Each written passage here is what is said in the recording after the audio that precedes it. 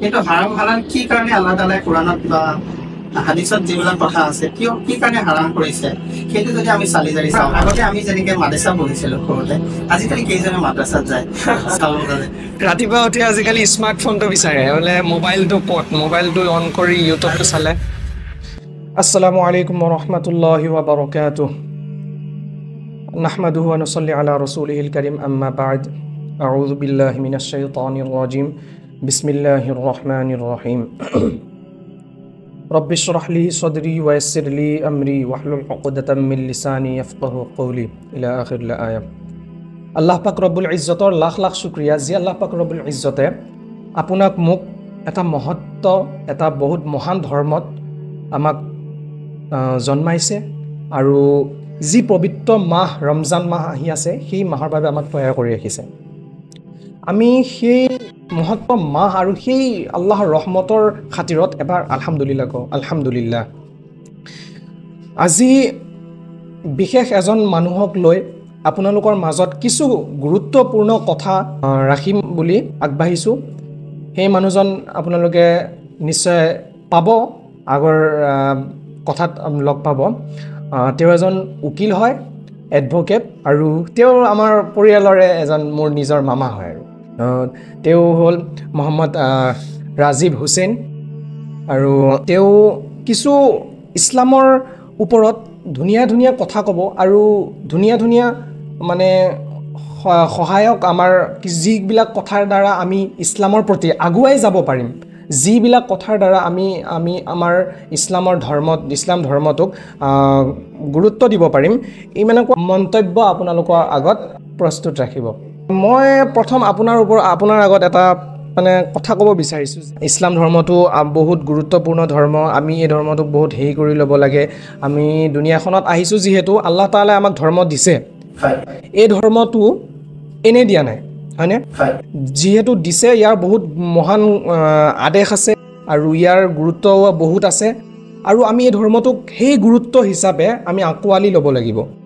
অকণমান যদি ক'লে হয় আমাৰ দৰ্শকসকলক বিসমিল্লাহিৰ ৰহমানিৰ ৰহিম প্ৰথম চবতকৈ আচল কথা হ'ল আমাৰ ইমানটো আল্লাহৰ প্ৰতি আমাৰ কিমানখিনি ইমান আছে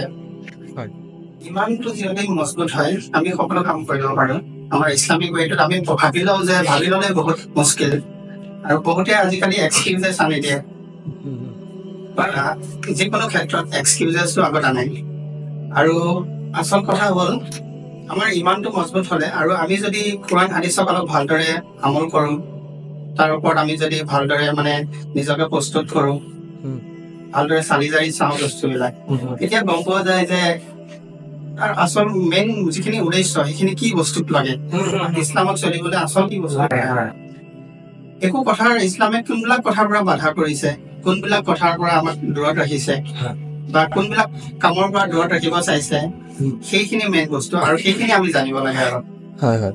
চবে কৰিব পাৰে কৰোঁ বুলি ক'লে মেইন কথা হ'ল ইমান মই এবাৰ আকৌ কৈছিলোঁ ইমানটো যেতিয়া তোমাৰ যিমানখিনি ষ্ট্ৰং হ'ব আল্লাহৰ ৰাস্তাত তোমাৰ যিমানখিনি মজবুত হ'ব মানে তুমি আল্লাহৰ ৰাস্তাত চব বস্তু যেতিয়া তুমি চালি জাৰি চাবা বোলে এইটো বস্তু কি কাৰণে ৰিজনবিলাক যদি তুমি চোৱা তাৰ আঁৰত তুমি পাবা ৰিজনটো আছে কিন্তু তুমি বিশ্লেষণটো তুমি নিজে চালি জাৰি চাব লাগিব সেইটোৱে আমাৰ মানে কি মানুহে যেতিয়া কিবা এটা কাম কৰিব দিয়ে হাৰাম হালাল কৰি দিয়ে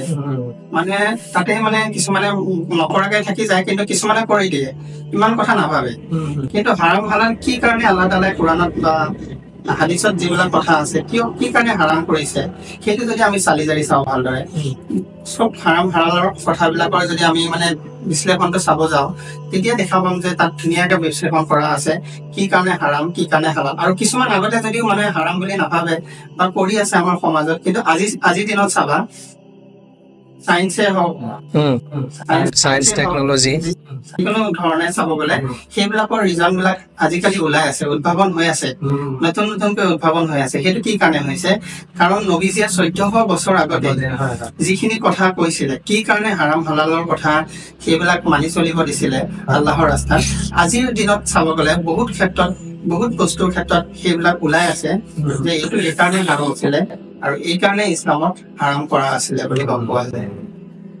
আৰু এনেকুৱা কিছুমান আছে যে মানুহ আছে মানে মই আকৌ এবাৰ কৈছিলোঁ যে আপোনাক কৈছিলোঁ যে ব্যস্ততাটো দেখায় হয়নে আমি মানুহবিলাকক মানে গুৰুত্বটো তেওঁলোকে মানে ইছলামক গুৰুত্ব নিদিয়ে যে তেওঁলোকে ভাবে ইছলামক যিহেতু হুজুৰে বয়ান কৰি আছে শুক্ৰবাৰত গৈ আছোঁ শুনি আছোঁ নামাজটো পঢ়ি আছোঁ যিহেতু শুক্ৰবাৰত জুমাত পঢ়ি আছোঁ হেৰি এনেকৈ পঢ়িলে হৈ যাব চাগে ইমান হেৰি প্ৰব্লেম নাই কিন্তু আল্লাহ তাআলাই যে কোৰানত কৈ থৈ দিছে কাল্লা ইদা দুক্কাতিল অৰদু দাক্কাং দাক্কা হে বান্দাসকল তোমালোকে যি পৃথিৱীত আছা এই পৃথিৱীখন এদিন নাথাকিব তোমালোকেও নাথাকিবা এই কথাটো কিন্তু আমাৰ যে গাত মানে আমাৰ যি বৰ্তমান মুছলমানসকলৰ গাত মানে নালাগে মানে কিহৰ কাৰণে মানে তেওঁলোকে আকুৱালি নলয় কিহৰ কাৰণে মানে আপোনাৰ মতবাদ কি যে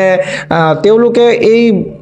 গাত যে আমাৰ মানে গুৰুত্বটো যে ইছলামৰ এই গুৰুত্বটো কিহৰ কাৰণে নলয় আৰু কেনেদৰে তেওঁলোকক মানে আমি লোৱাব পাৰিম বা তেওঁলোকক কেনেদৰে আগুৱাই আনিব পৰা যায় আপোনাৰ কি কয় আপুনি আনিব পৰা যায় মানে কি আমি যিমান পাৰো আমাৰ ইছলামিক যিটো হেৰি মই ক'লো ইছলামিক যিটো বৰ্ণনা বা যিটো মানে এক্সপ্লেনেশ্যন সেইটো বহুতৰ মানে নাই চাব গ'লে আৰু বহুতে এতিয়ালৈ বুজিও নাপায় ভালকে সেইটো ক্ষেত্ৰত এডুকেশ্যনটো নাই ইছলামিক যিটো এডুকেশ্যন বহুত কম সৰুৰ পৰা আগতে আমি যেনেকে মাদ্ৰাছা পঢ়িছিলো সৰুতে আজিকালি কেইজনে মাদ্ৰাছাত যায় চাব গ'লে ৰাতিপুৱা উঠি আজিকালি স্মাৰ্টফোনটো বিচাৰে বোলে মোবাইলটো ক'ত মোবাইলটো অন কৰি ইউটিউবটো চালে স্কুলীয়া শিক্ষাটোৰ ওপৰত গুৰুত্বটো দিয়ে কিন্তু লগতে মাদ্ৰাছা শিক্ষাটোৰ ওপৰত অলপ গুৰুত্ব নিদিয়ে বুজি নাপায় দিয়ে কিছুমানে মানে কেনেকে দিয়ে ল'ৰা ছোৱালীখিনি স্কুলীয়া শিক্ষাটো পঢ়ি লওক তেতিয়া প্ৰাইভেটকে টিউচন দিম এনেকে ভাবে মাদ্ৰাছাত যেনেকৈ শিকোৱা হয় কেতিয়াও প্ৰাইভেটলি তুমি টিউচন দিলেও সেইটো শিক্ষা নহয় একেলগে যিখিনি লগৰ বিলাকৰ লগত যেনেকৈ শিক্ষা হয়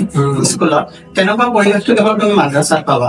আৰু মাদ্ৰাছাত যেতিয়া 10 জনৰ লগত তোমাৰ বাৰ্তা হ'ব 10 জনৰ লগত তুমি থাকিবা তেতিয়া তোমাৰ সেই পৰিৱেশটো এনভাইৰনমেণ্টত তুমি ভালদৰে শিকা হয় আৰু সকলো কথা তুমি ডিটেইলছত গম পোৱা হয় সেইটো যেতিয়া নামাজটো পঢ়িম আমাৰ মানে আল্লাহ তাআলা এটা কথা মানে নবীজিও কৈছে